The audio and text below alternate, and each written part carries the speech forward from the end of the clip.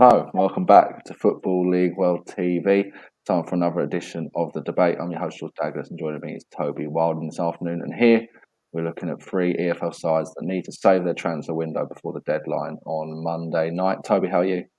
Yeah, good. Thanks. Obviously, we're really getting into that sort of really exciting part of the window now, where the pressure's really building on clubs to get the business done that they need to do. So obviously, there's a lot in that position, but these three that we're going to go through this afternoon just really stood out for me, and it's going to be good to sort of get into them a bit more detail to really see what they have done, what they haven't done, and what they need to do. So yeah, it should be a good discussion.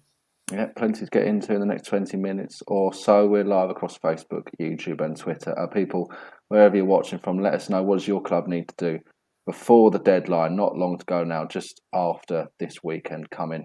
Let's get straight into it.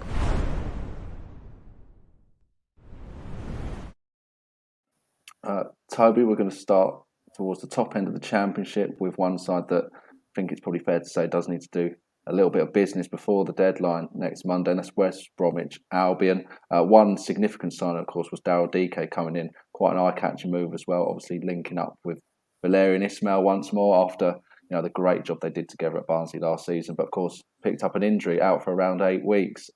Why West Brom your first pick?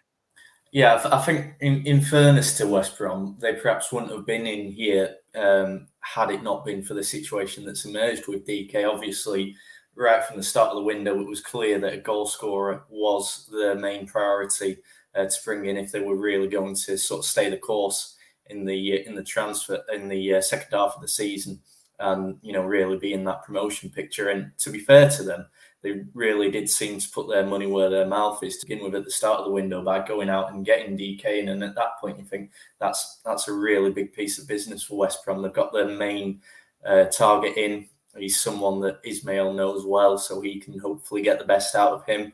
And he's proven at this level that he can get goals. So at that point, it sort of really seems to be looking good for West Brom. But then obviously at the weekend, he picked up that injury in the win over Peterborough. And, it's now come out that he's going to be out for 8 weeks. And so I think that has really put a different spin on this sort of last few days of the window for West Brom, in that there's now a great deal of pressure on them to sort of go out and get someone who can fill that void that DK, before even taking over himself, has left in that side. I mean, obviously, it doesn't sound like he's going to be out until the end of the season. So you would imagine they will still be able to call on him at some point before the campaign ends. But you look at it, 8 weeks, it's still 10 more games potentially he can miss there. And I was looking at them fixtures. There's a few of them are against sides that you would expect to continue to battle with against West Brom for promotion. The likes of Blackburn, Fulham, Middlesbrough are all sides that West Brom could now potentially have to face without DK. And if they're doing that without another striker who can get the goals that you expected him to score, then it's going to make it really difficult for them to gain ground on those other sides in this promotion race. And I think that in particular sort of makes these last few days really important for West Brom in terms of getting that striker in from somewhere. I mean, some clubs could potentially now see the situation West Brom are in, and given West Brom do need another striker, they could jack the price up on certain targets. I mean, that's one of the risks West Brom face, isn't it, in the final days? Yeah, definitely. When a club's sort of desperate, it means that they are likely to be willing to pay more. But the question is, can West Brom do that? It sort of they paid big money for DK by all accounts. That seems to be a big chunk of their budget. And Ismail's sort of said before, hasn't he, about it's a focus now on outgoings rather than incomings if there is going to be any more business done. So that puts pressure furthermore on them to sort of maybe try and move players out. The likes of Kenneth Sahora and Robert Snodgrass, who seem to be completely out of favour, and it looked like they were going to be moved on, and perhaps now they're not. So that could present a double issue for the Baggies, both in terms of clearing that space in the squad and what they can raise in terms of funds. Obviously, the Sam Johnston situation that seems to have emerged after last night as well, that piles up as well. Is that going to become a distraction? Will they be able to move him on now? And if they do, will they be able to, bring in a replacement, or will they stick with David Button? There's suddenly, from sort of the events of the past few days, there's been a lot that has piled up on West Brom that they've now got to deal with in not a great space of time, in my opinion. Let's look at a couple of perhaps then the shorter term options that West Brom could perhaps consider. There might be a little bit of a better route to go down. Perhaps players that are out of favour at their current clubs. Or we're saying out of favour. There's one player in Andy Carroll that is reportedly open to an offer from West Brom. Now I don't think it's fair to say that he was out of favour at Reading. Really scored some good goals. Potentially, could he be a good short term option for West Brom, Toby? I could see that being a good move. Obviously, as we say, West Brom paid a lot for DK, so we don't sort of know how much they've really got left to sort of spend on another striker. So the fact that Carroll is now a free agent, now that his contract with Reading has come to an end, could make him suitable in that sense for the Baggies. And also, you think he was really quite impressive in a struggling Reading side during the past few months. So that sort of suggests that in a West Brom side that themselves are stuttering a bit, he could really be someone who can come to the fore for them and make that impact lead from the front, give them a bit of a lift with his experience, and also, the physicality that he's got to sort of put himself about against opposition defenders is not dissimilar to sort of what DK has and what was a big attribute for him. So we could sort of, do that similar sort of role to DK for West Brom, and Ismail might be able to get the best out of him in a similar way to what he did with DK. So in that sense, that could definitely be one that stands out as a potential deal worth looking into for the Baggies. A couple other names I saw from an Athletic report that potentially West Brom might want to consider. There's not too much speculation around it, more just putting names forward at the moment. But Shane Long at Southampton, not played much for the Saints again this season. Obviously a former West Brom player. 35 now, Toby. Again, a short-term option that the Baggies should consider, do you think? Yeah, definitely could be worth looking into that. He's another one who's shown in the past that he can do it at this level. And I mean, as you say, Southampton could potentially be open to a sale. Like we mentioned, he's not really getting into their side at the minute. And you think their sort of pursuit of, say, Armando Broja, obviously he's already there from Chelsea, and there's talk of maybe do they want to try and make that permanent now, leave that till the summer or whatever. But in either sense, that could potentially mean that they're open to, letting Long move on to West Brom or somewhere else in the final few days to maybe just boost those funds a little bit. That might give them a helping hand in terms of, say, getting a deal done for Broja. So in that sense as well, that could definitely make that sort of a deal that could happen, that the sort of foundations are in place that mean it could make sense. And so, yeah, that might be another one that West Brom have to look into. One other name, and Harry Matthews on Facebook has had a similar thought process to us. He's mentioned Siriki Dembele there as well from Peterborough. A number of clubs obviously interested in him. But Dwight Gale at Newcastle, Toby, again, like Shane Long, familiar to West Brom fans, was a massive hit there the last time he was there. And Newcastle, he's not really playing that much as he so often has found when they've been in the Premier League. Surely that'd be one that Baggies fans would potentially really get behind if they could get him. Yeah, absolutely. I mean, as you say, he was outstanding there the last time he was there. He almost fired them to promotion himself, didn't he, that season? And, there was obviously, after that, understandably, a real clamour to bring him back to the Hawthorns. It hasn't quite happened. That deal has materialised so far. But as you say, seems to be out of favour at Newcastle at the minute. You can't see that changing with the business that they have done already in bringing in Chris Wood, and potentially who knows what else they might do in the final few days of the window to try and put together a squad that keeps them in the Premier League. But with what they're going to have to spend on that, and the new faces that will be coming into the squad at St James's Park, they're going to have to move players on. And given he's not featuring for them, Dwight Gale is an obvious candidate for Newcastle to look to move on, and for West Brom, given they know him, given it'd be a hugely popular signing with the fans, and given he's proven again that he can get goals in a promotion battle in the Championship, he too could be a really popular deal and a sensible one for everyone involved. Okay, we will see. West Brom certainly need to try and pull a rabbit out the hat in the next few days in terms of a striking addition.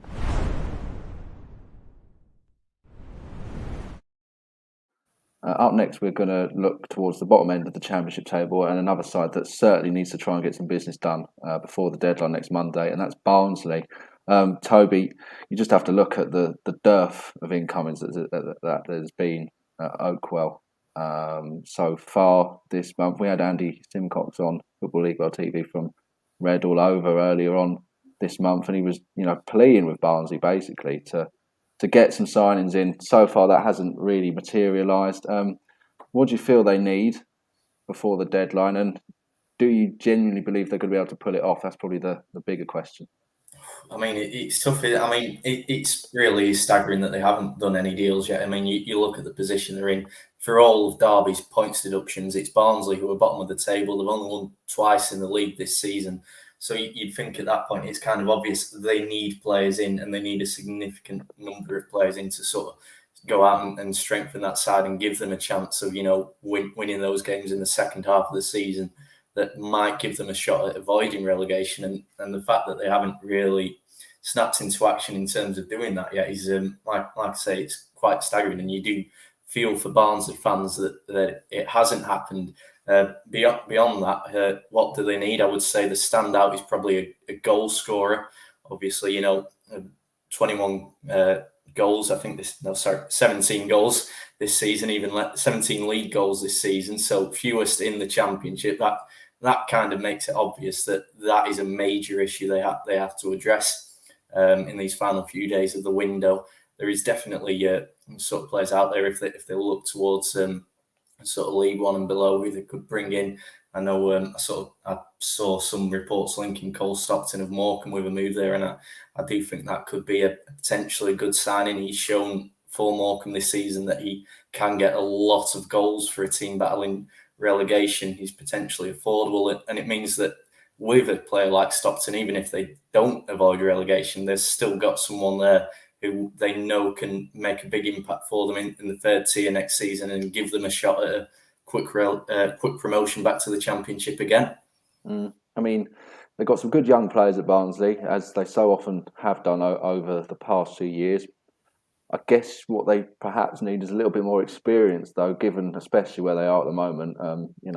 Several points off of safety in the Championship, and it's backs against the wall, and they just need some wiser heads in there, I guess, at the moment to try and sort of guide them through what is obviously a very tough period.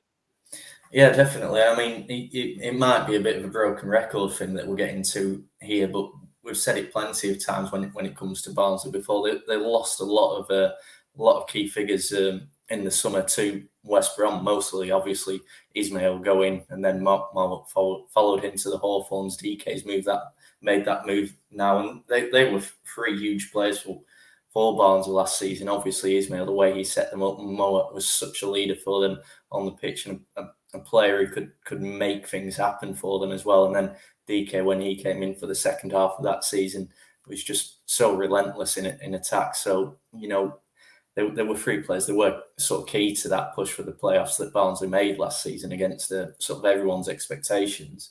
And it sort of feels like they've never really moved to replace them as yet. And that does seem to be something that is costing them. And until they find those players who can step up and really, take the onus on themselves to be the ones who make those contributions for Barnsley that trio did last season, you do feel as though they could be in a bit of a struggle to sort of grind out any wins from anywhere, because that's probably what they need to do right now. It's not about performances, it's not about scorelines, it's just about finding one way or another to get the results. And you feel that those two players in sort of Mount and DK who moved on were two who could really do that for them. So yeah, absolutely, they need to find those sorts of players who know how to do that and really step up for them again in the next few days. And I mean, they are out there, but it's going to be tough with sort of so little time remaining. And the other problem Barnsley have got, as we mentioned before, the position that they are in the Championship table, it probably doesn't make them a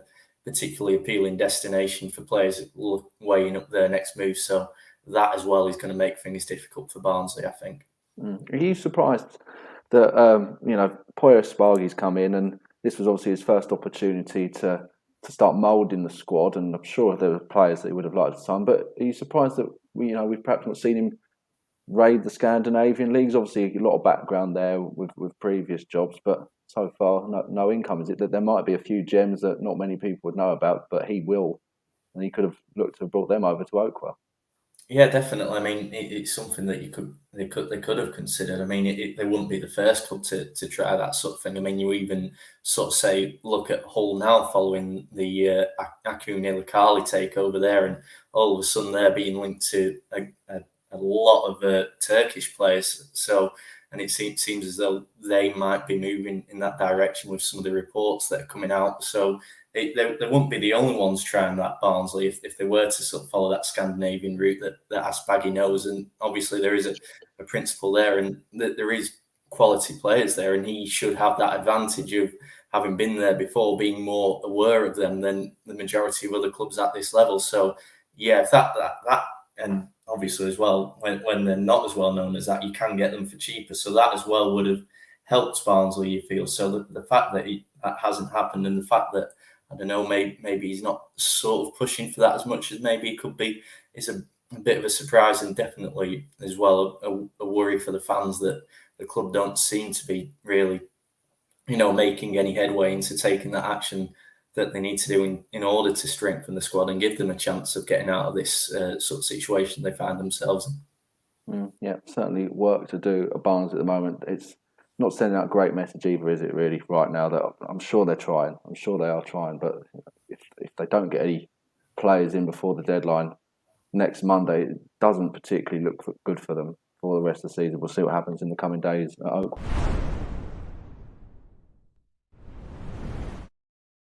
One final club to talk about. We're going to drop into League One and look towards the bottom of the third-tier table as well, and that's Crewe Alexandra. Toby, they're a team that obviously have one of the smaller budgets in the division, but I guess, as you mentioned before we come on the show earlier on, they look at probably some of the sides that are around them that are adding. You look at like a Doncaster Rovers who have managed to brought in some players, and that may concern Alex fans most of all, that so far it's been quite a quiet window for them. Yeah, absolutely. I think that is the big thing for Crewe, really. I mean, it's sort of similar to Barnsley. They're in that sort of position where they are locked in this relegation battle, and it seems sort of evident that if they are going to get out of it, then they are going to have to strengthen their squad. And the big worry for Crewe is that just about every other team sort of in that relegation picture with them has already added multiple players to their squad during the transfer window. And Crewe, looking at sort of their business, they're yet to add so far. It looks as though they might be getting close to sort of completing a signing. There seems to be reports saying that Basala Sambu coming in from from Fortuna Sittard in the Dutch top flight. That seems to be like, judging from reports, it could happen. And obviously it's a start for Crewe in terms of bringing players in which, as we're saying, they need to do. But again, he's a striker. I was looking at his career record earlier, and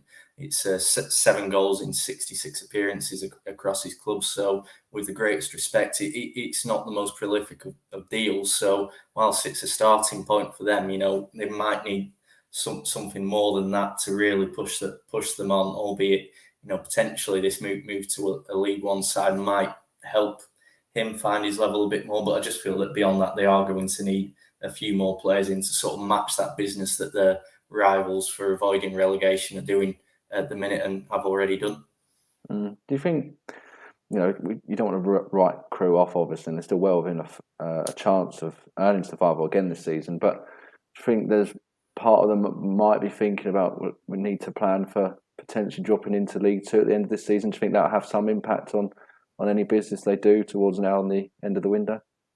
I think clubs always have to have that in mind in terms of, sort of how much they're willing to spend and what knock-on effect that might have on them if they lose the finances that they will with relegation. But at the same time, I think Crewe have to, do what they can to try and stay in this league. That's what their fans will be expecting of them. And I think it is worth remembering as well is obviously that we've seen the Owen Dale move to Blackpool now go through. It looked as though it wouldn't be made permanent, but Blackpool have stumped up the funds, and so that has gone through. And obviously that means that there is money there for Crewe to spend, and you feel that given the situation they are in, there will be an expectation around the club that they're going to go out and do that to try and put together a squad that gives them a chance of getting out of trouble. But if they can't do that, then obviously they've got to try and put together a squad, of course, for League Two. But I think as well, you've got to consider, keeping hold of players as well. Mikael Mandron's a key man for them, top scorer, linked sort of earlier in this window. Those sort of discussions maybe gone a bit quiet, but nevertheless, there's sort of uncertainty around his contract situation there. So it's not just that bringing players in; it's keeping the key men you've got already, whatever division they're going to be in. So there's a lot of sort of plates in the air for Crewe to try and keep on top of. I suppose one selling point that Crewe have always got over certain clubs is, whilst they might not have the biggest budget or things like that, they've got a proven track record of helping players come through and then move on to higher up the EFL and obviously towards the Premier League as well. That might not necessarily guarantee them a spot in League One at the end of the season for next year, but it's still an opportunity to sign some good players, and at least they've got a selling point, haven't they? Whereas we spoke about Barnsley earlier on, Toby, and obviously they're really struggling at the moment in the Championship. It's quite a hard sell. Whereas with Crewe, it might be a little bit different, even though they are obviously still struggling in League One. Yeah, and I think what that does do as well is it potentially gives Crewe that opportunity to maybe take a bit more of a chance, sort of financially, when you look at sort of the players that have moved on from there in sort of the past even 12 months or so, the likes of Harry Pickering to Blackburn, Perry and G to Cardiff, Ryan Wintle, another to Cardiff, Dale, as we said, to Blackpool, Charlie Kirk now to Blackpool via Charlton. There's all players there who've sort of come through that sort of system at Crewe. So that shows sort of the quality of players they're churning out and that they're then receiving fees for. And what that means, obviously, is that if they can continue to do that, then they know that they're going to eventually, once they've got what they can out of those players and that interest is coming, there is going to be funds that enter back into the club via that route when other sides further up the pyramid start to take interest in those quality players. So that perhaps allows them to, reinvest those sort of transfer fees that are coming into the club, and that obviously can help them strengthen the squad in turn. And yeah, for those players who are coming through, particularly if it's sort of younger players they're bringing in, the fact that they know that Crewe might be able to do that for them and give them that chance to further down the line go up and play in the Championship, and who knows, maybe push for promotion to the Premier League. It does make them an appealing destination as well in the long term for their sort of futures in their own careers. Okay, we will see what Crewe can do in the next few days of the window.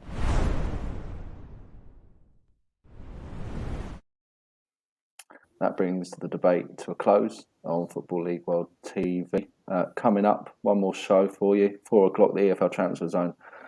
Ben Wignall hosting that one. He's joined by Chris Gallagher and Billy Mully. That'll be the last show on the channel for today. Toby, great to get your thoughts. Thanks for joining me this afternoon. Some great stuff. Hopefully West Brom, Barnsley and Crewe can all do a little bit of action for the sake of their supporters before the deadline next Monday. There'll be plenty more shows coming up before the deadline here on Football League World TV, so do subscribe to our YouTube channel and do like this video as well if you can. That'd be greatly appreciated as we try and grow things even further at the start of 2022.